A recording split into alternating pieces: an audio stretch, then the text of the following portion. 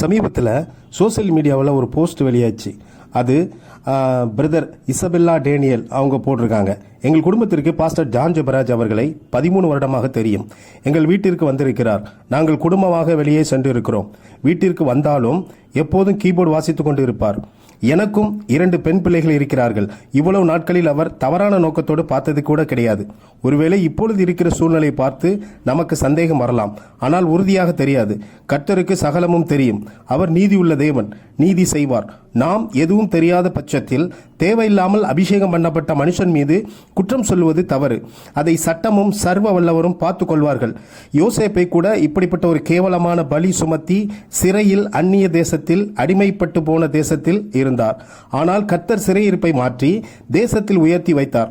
நானும் என் குடும்பமும் விசுவாசிக்கிறோம். அவர் தவறு செய்யாத பட்சத்தில் யோசேப்பை உயர்த்துவது போல கர்த்தர் கட்டாயம் உயர்த்துவார். அதுவரையில் நாம் யாரும் தேவையில்லாமல் தேவனுடைய மனுஷனை, அபிஷேகம் பண்ணப்பட்ட மனுஷனை, அது யாராக இருந்தாலும் சரி, கர்த்தர் கையில் ஒப்பு கொடுப்போம் இப்படின்னு அவர் போஸ்ட் போட்டிருக்காரு.